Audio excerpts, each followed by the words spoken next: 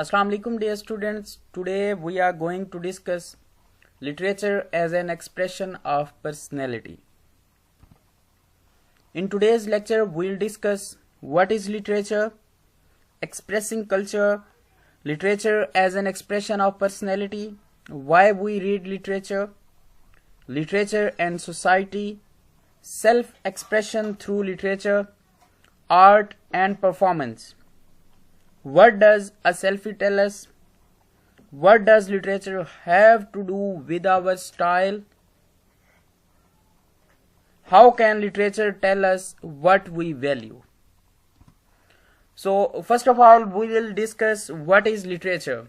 Dear students, admittedly, there is no single definition that encompasses what literature really is, but in general, when it comes to literature, we are dealing with something that has been very consciously constructed by as an author using particular techniques and styles to express themselves.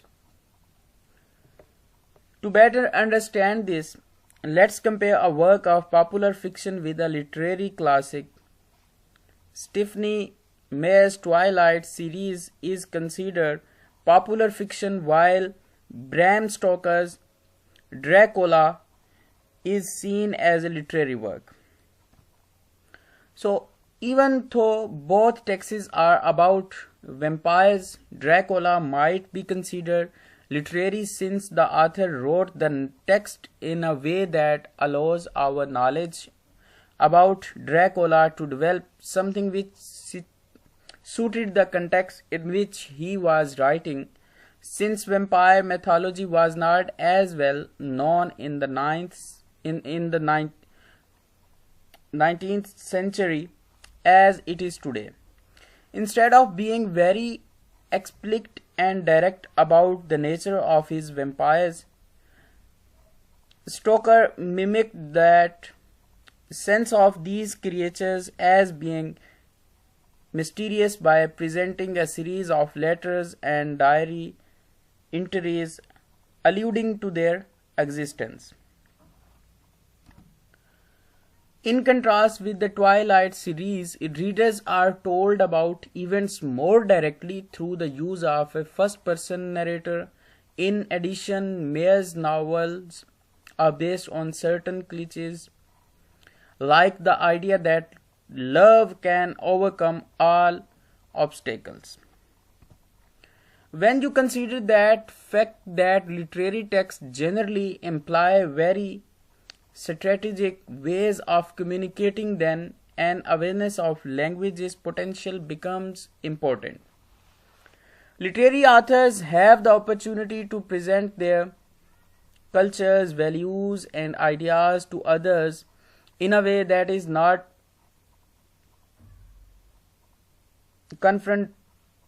confrontational and which might even draw the reader in enough for them to learn more about these things. So now we'll discuss expression of culture. So with the dealing these things, we'll prove that how literature expresses someone.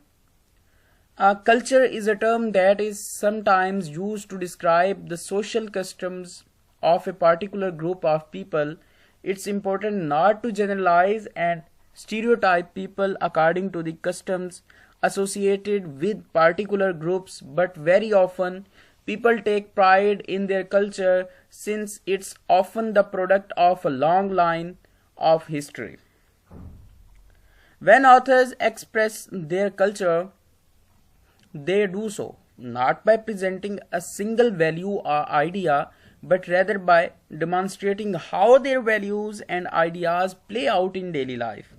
One example of expressing their culture through literature can be seen in the work of Drum Decade authors. The name Drum Decade came from Drum magazine, which during the 1950s published not only the article but also short stories written by black South African authors. At the time, the country's political system enforced racial segregations, and yet despite this oppressive system, a cultural developed among the people living in informal settlements which blended the glamour of 1950s America with their own culture. As such, the Drum Decade authors wrote about shebeens, informal and illegal pubs, jazz, glamours, African women, men in zoot suits, as well as some of the issues plaguing the informal settlement and the country in general. By writing about this culture, these authors not only left a wonderful legacy for understanding their experiences but provided their peers with a sense of ownership over and pride in their culture.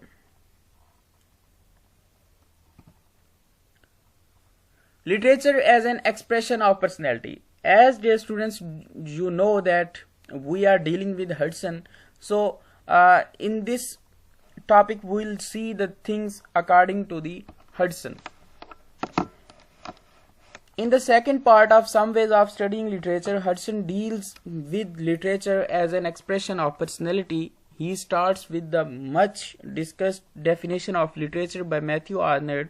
Literature is the criticism of life. Obviously,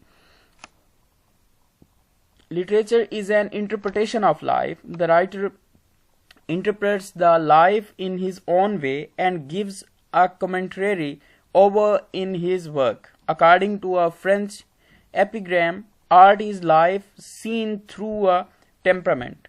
It means that literary art is an expression of life through the temperament of the writer, and literature mirrors this temperament. The mirror the writer holds to the world is the mirror of his own personality and individuality.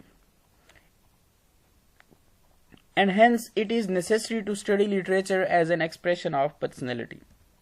So Hudson says that a great book is born of brain and heart of its author. He has put himself in his pages. They partake of his life and are instinct with his individuality. Therefore, it is essential to know with the author in order to understand a work of art. We cannot understand any piece of literature unless we understand and know the first. So here Hudson suggests us to establish a personal contact with the author, as personal experience is the basis of all real literature.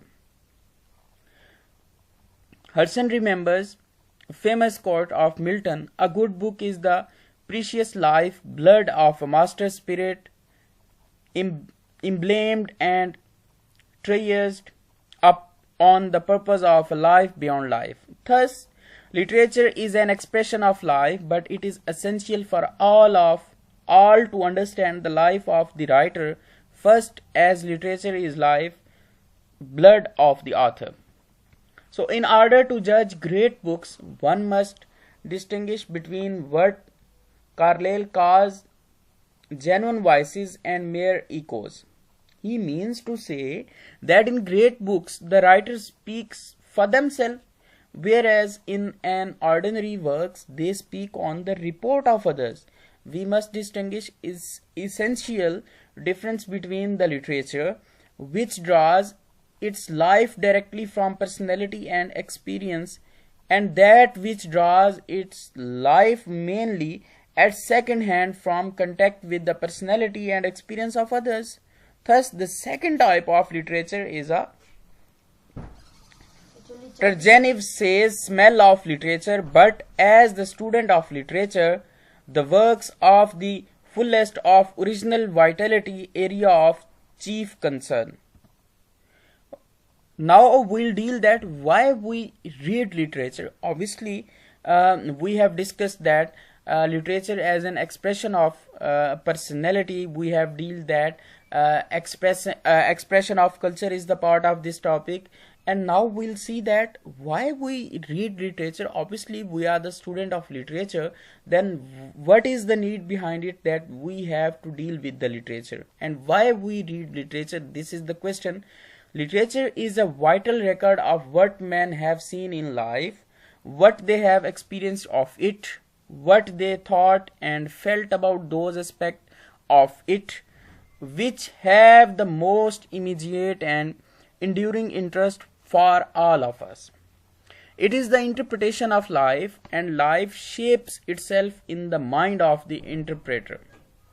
We care for literature because we care for life, because we are interested in knowing the varied aspect of it, because we like to know how men and women live life and think about life. Basically, this is the thing that we should all think about it, that why we read literature.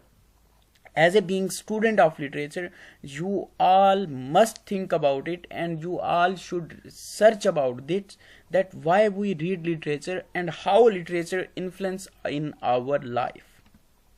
Our reading should be actual intercourse between the author of the book and ourselves. We should observe how the world of experience impressed him and how it is interpreted through his personality.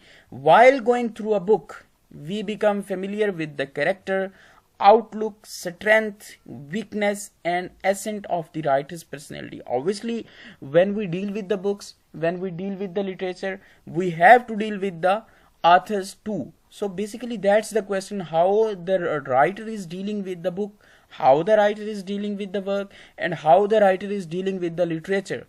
Obviously, when he or she is dealing with the literature, obviously he or she will put outlook, strength, weakness, and the essence, as well as character. There are many genres are also there. So this is the thing, that how the writer deals with the literature and how the student deals with the literature. Now Hudson says that there should be sincerity, originality, and genuineness of expressing life in great literature, as without this a literary work becomes lifeless. Nowadays, students, note down these points. Number one, sincerity, originality, genuineness. These are the thing, that these 3 points, Hudson says that these are the point of expressing life in great literature, as without this a literary work becomes lifeless. Without these things, literary work is nothing. Hudson believes without sincerity, no vital work in literature is possible.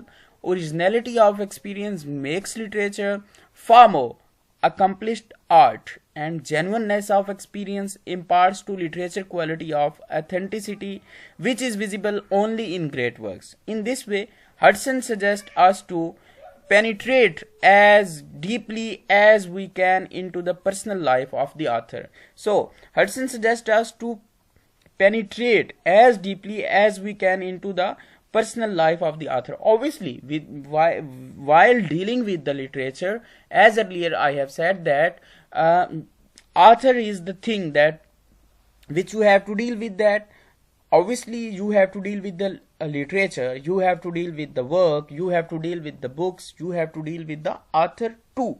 So basically that's the thing, that how you can get the things from literature. By dealing with these things, you will be able and you will be very keenly go through with these things, that how you deal with the author. Pleasure and profit are 2 motives of the reading of literature. Now there are 2 motives of reading of literature: pleasure and profit. Literature is sweet and useful. Now you can add these things in your assignment too. Literature is sweet and useful. This is the Horatian formula of dulce and utile. All art is sweet and useful to the appropriate users. What it articulates is superior to the self-induced reflections of the readers, and it gives them pleasure by the skill with which it articulates. But the pleasure of literature is higher pleasure, because it is pleasure in a higher kind of activity, non-accusative contemplation, and the utility of seriousness. The instructiveness of literature is a pleasurable seriousness, not the seriousness of a duty which must be done or of a lesson to be learned, but an aesthetic seriousness, a seriousness of perception. So this is the thing that how you have to deal with the things. As we are dealing with Hudson, so Hudson is clearing the things very deeply and keenly. So being a student of literature, you should also deal with these things very deeply. So literature is a form of knowledge. Now this is the point, very keen point of your today's topic. Literature is a form of knowledge. Aristotle had seemed to say something like this in this famous dictum that poetry is more philosophical than history, but the prime office of a writer is not to discover and communicate knowledge. His real fiction is to make us perceive what we see, imagine what we already conceptually or practically know. Imaginative literature is a fiction, an artistic verbal imitation of life. Aristotle called this mimesis. It imitates the universal, which include the marvelous. Imaginative writers are discoverers of new perceptual values or new aesthetic qualities in things existing in in reality. The players of literature are thus derived from the discovery of these aesthetic qualities. Keats, in his poem on reading Champion's Homer, says great poetry reveals to him a new realm. It is the rediscovery of life. So dear students, literature is very vast, literature is very wide. You have to explore the thing in the literature. You will deal with the drama, you will deal with the poetry, you will deal with the fiction, you will deal with the many other aspects of the literature are there, but you should deal with these things very deeply. So the reading of literature may be profitable only. So in the last slide we deal that pleasure and profit are the two motives of the reading of literature, and now the reading of literature may be profitable. Now we are going for this thing, that how the things are profitable for being a student of literature, that how you will be deal with the things and it will be profitable for you only when it is done properly. This is the point, dear student. I am reading it again and repeating it again. The reading of literature may be profitable only when it is done properly. Literature is a complex organism and it is necessary for the readers to probe into it. A careful reading of the play Hamlet will reveal various thematic elements and how they are related at the same time. The glorious intricacy of the design. The best literature is carefully written records of the kinds of experience that men have found significant, and literature that has endured has done so because men in different generations and in a variety of circumstances have felt that significance. Literature as vicarious experience has one great advantage.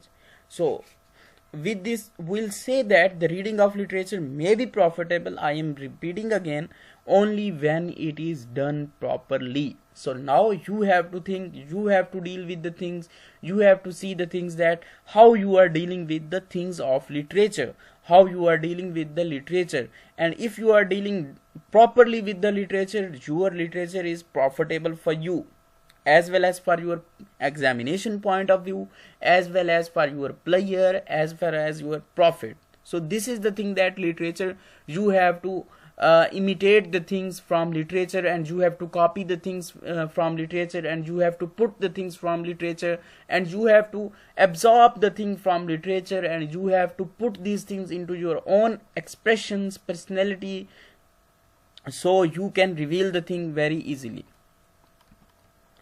So now we'll discuss, obviously we are dealing with the expression of personality with the literature, so we'll deal with the literature and society too. Literature, according to Arnold's much discussed definition of it, is at bottom a criticism of life. It is a record in forms of beauty, of literary artists' impression or vision of the social life in which he lives. It is thus a reflection of life with the perfect fidelity or to truth without any preconceived object or philosophy. The supreme literary artist is he who has seen much of life and has a wonderfully varied experience of the men and women around him. This knowledge of life is fashioned into beauty by the artist's imagination, feeling, and language, and so on. Herein lays the difference between great and small literary artists. Great literary expresses in a profound and interesting manner the aspect of life which are not merely local and ephemeral but are of universal interest. So now we are dealing with the literature and society. How society depicts the literature and how literature is being depicted by society. The things are intermingled between literature and society. So literature is not history representing facts of life with truth and accuracy so that men of later generations can acquire their knowledge of the past time by the study of the literature of the time. Though literature and life are vitally linked up, mere photographic representation of life does not constitute true literature. The creative artist shares his intellectual pleasure with the readers through his artistic or imaginative presentment of the life that has moved him to his depth of feeling and thought. The world of imagination is often wrongly supposed to be one of mere abstraction of or shadows which have little to do with the life or reality, but is a world conjured up by the imagination of the artist out of the crude mass of reality and presented with true proportion and sense of beauty. So now we'll deal with the self-expression through literature, art, and performance. Firstly, we have done with the literature, culture, society. Now we'll see that how literature self-expression through literature, art, and performance. These are the things that we'll deal in this area. Narrative is a basic human strategy for coming to the terms with the fundamental elements of our experience, such as time, process, and change, and thus this a study of the distinctive nature of narrative and its various structure, elements, uses, and effects would help us in understanding the nature of identities. This course will provide a variety of critical lenses for considering the relationship between culture and narrative, focusing on the themes of nationhood, memory, intangible cultural heritage, gender, and self-identity from multiple historical, literary, and cultural backgrounds, drawing on a selection of narratives ranging from literature, theatre, cinema, popular culture, and performance from everyday life in the city, as the urban is often the most representative space for constructing and imagining new narratives of selfhood. We will consider the relevance of stories and storytelling to our daily lives, how our narratives shape the roles we play in society, and the various conventions of identity and the otherness that they reinforce or undermine. So we'll look closely at what constitutes a narrative, how narrative forms change and develop over time and between cultures, how narratives codify and subvert cultural belief, and how writers and readers use narrative to articulate their own ideologies. We will develop a vocabulary for discussing, analyzing, and writing about narratives in an academic context and also in enacting and embodying them in a theatrical performance. So as we view the text for this class, we will also be asking and constructing answer for the following question: what is a narrative? How do we problematize the fictional and non-fictional features of a narrative. How has the storytelling changed over time? This course will focus on various forms, genres, structures and strategies of narrative as a form of self-expression. So now we are dealing with the very interesting and very you can say latest and recent topic of our today's society. What does a selfie tell us?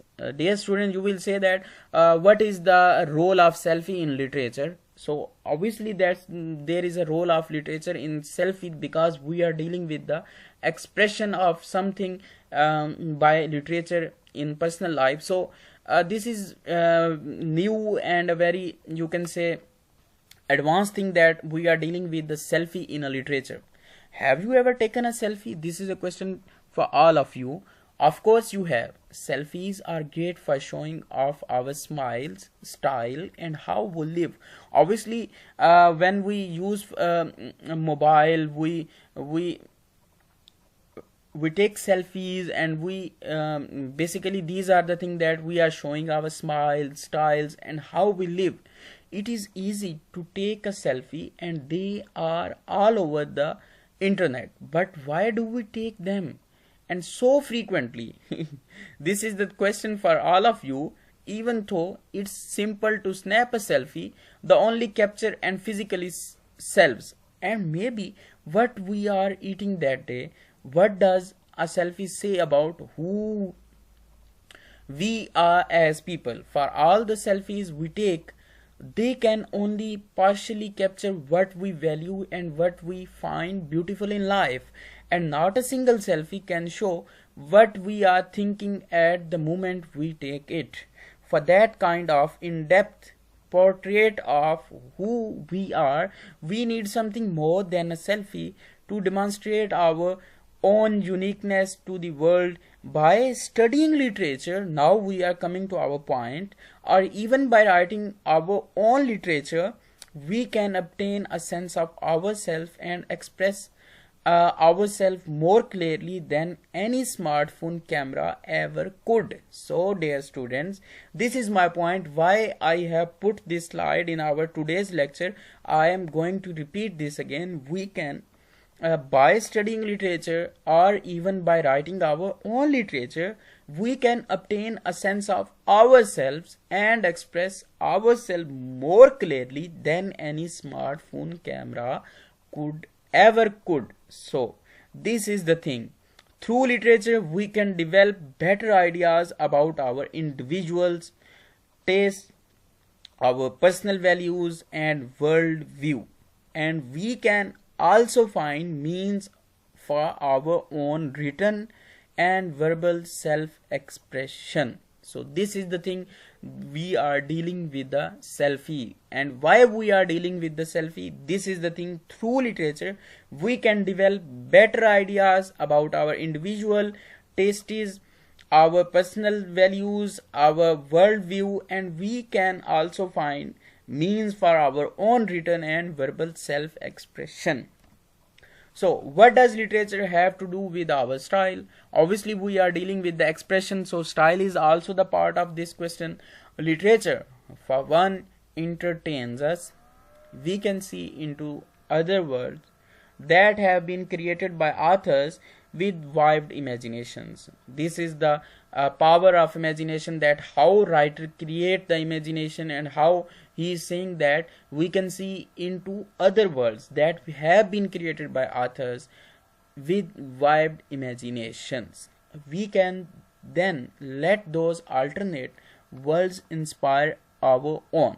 Maybe we like something as small as Harry Potter's scarf, so we learn how to knit one just like it. Or perhaps we read what Ernest Hemingway wrote about Spain in The Sun Also Rises, and the book inspires us to take a backpacking adventure through the sun-drenched plateaus of Castile and the beaches of Barcelona. Regardless of what it is that inspires us, reading gives us a chance to explore our individual tastes. Knowing what we like is a big part of knowing who we are. Literature can help us to discover and confirm the best part of ourselves, as well as tell us about the things we would rather avoid.